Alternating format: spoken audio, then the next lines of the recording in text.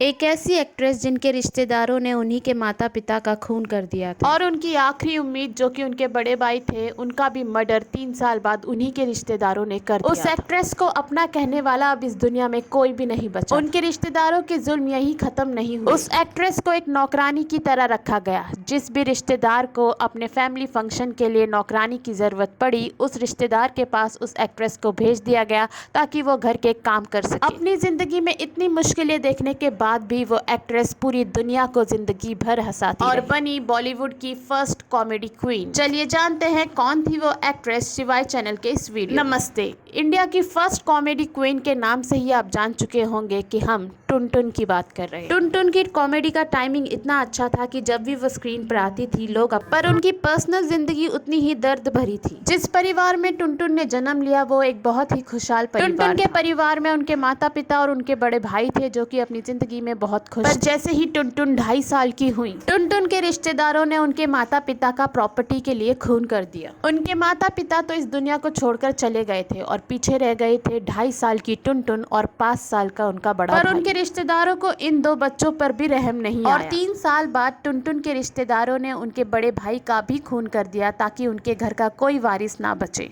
जब टुनटुन के माता पिता का मर्डर हुआ तब टुनटुन कुछ नहीं समझ पाई क्योंकि वो 2.5 साल की थी। पर जब उनके बड़े भाई का कत्ल हुआ तब वो 5 साल की हो चुकी थी और सब कुछ समझने लगी थी।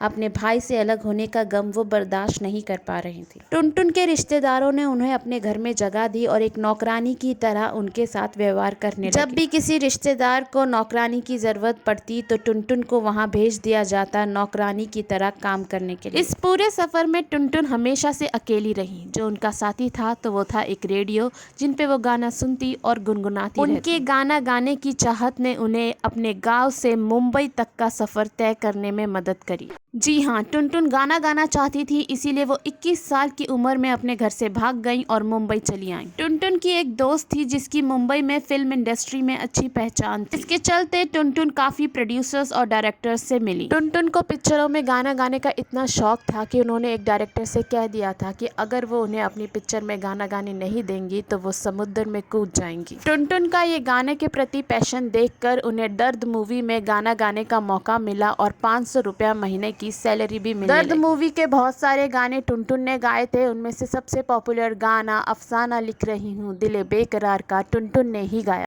और इसके बाद टुनटुन को बहुत सारी पिक्चरों में गाना गाने के मौके मिले। उनकी जिंदगी में जो हमसफर की कमी थी वो भी पूरी हो गई थी। उन्होंने शादी कर ली थी और उनके 4 बच्चे हो गए। बच्चों की देखभाल करने के लिए टुनटुन ने पिक्चरों से ब्रेक ले लिया था। आर्थिक तंगी के कारण जब टुनटुन फिर से फिल्मी जगत में गाना गाने आई तब तक फिल्मी जगत में आशा भोसले, लता मंगेशकर जैसे महान गायक आ चुके और इसीलिए टुनटुन को कोई भी पिक्चर में गाना गाने का मौका नहीं मिल रहा। तभी एक डायरेक्टर ने उन्हें सुझाव दिया कि वो पिक्चरों में एक्टिंग क्यों नहीं। तब उस डायरेक्टर को टुनटुन ने जवाब दिया कि मैं एक्टिंग तो कर लूंगी पर एक्टिंग की शुरुआत सिर्फ दिलीप कुमार के साथ ही और ऐसा ही हुआ। दिलीप कुमार की मूवी में टुनटुन को एक छोटा सा कॉमेडियन रोल दिया गया। टुनटुन का वो रोल इतना पसंद किया गया कि फिर टुनटुन को बहुत सारी कॉमेडी पिक्चरों में काम मिल गया। टुनटुन ये नाम उनका असली नाम नहीं था। दरअसल बचपन में उनका नाम उमा देवी रखा गया था। पर एक बार जब टुनटुन दिलीप कुमार के साथ शूटिंग कर रही थी, उस सीन में दिलीप कुमार को टुनटुन के ऊपर गिरना। जब टुनटुन गिर गई तो वो उठ नहीं पा रही। तब दिलीप कुमार ने कहा था, अरे भाई कोई इस टुनटुन को उठाओ। टुनटुन ये नाम उमा देवी को बहुत पसंद आया और उसी दिन से उन्होंने अपना नाम टुनटुन रख लिया। टुनटुन ये नाम उन पर इतना सूट किया कि आज तक लोग हर सेहतमंद लड़की को टुनटुन नाम से ही पुकारते हैं। बॉलीवुड में तो उन्होंने अपनी कॉमेडी से तहलका ही मचा दिया। वो अब तक की बॉलीवुड की बेस्ट लेडी कॉमेडियन रही और 80 साल की उम्र में 23 नवंबर 2003 को एक लंबी बीमारी के चलते टुनटुन का देहांत हो गया। टुनटुन अब इस दुनिया में नहीं है पर उनका नाम सुनते ही जो चेहरे पे मुस्कान आ जाती है वो अब तक इस दुनिया में बनी उनकी जिंदगी में बहुत सारे दर्द थे पर ये सारे दर्द मिलकर भी उनके चेहरे की हंसी को नहीं मिटा पाए। आज के लिए शिवाय चैनल में इतना ही। फिर मिलते हैं शिवाय चैनल के दूसरे वीडियो में। वीडियो पसंद आए तो इसे लाइक और सब्सक्राइब करना ना भूलिएगा।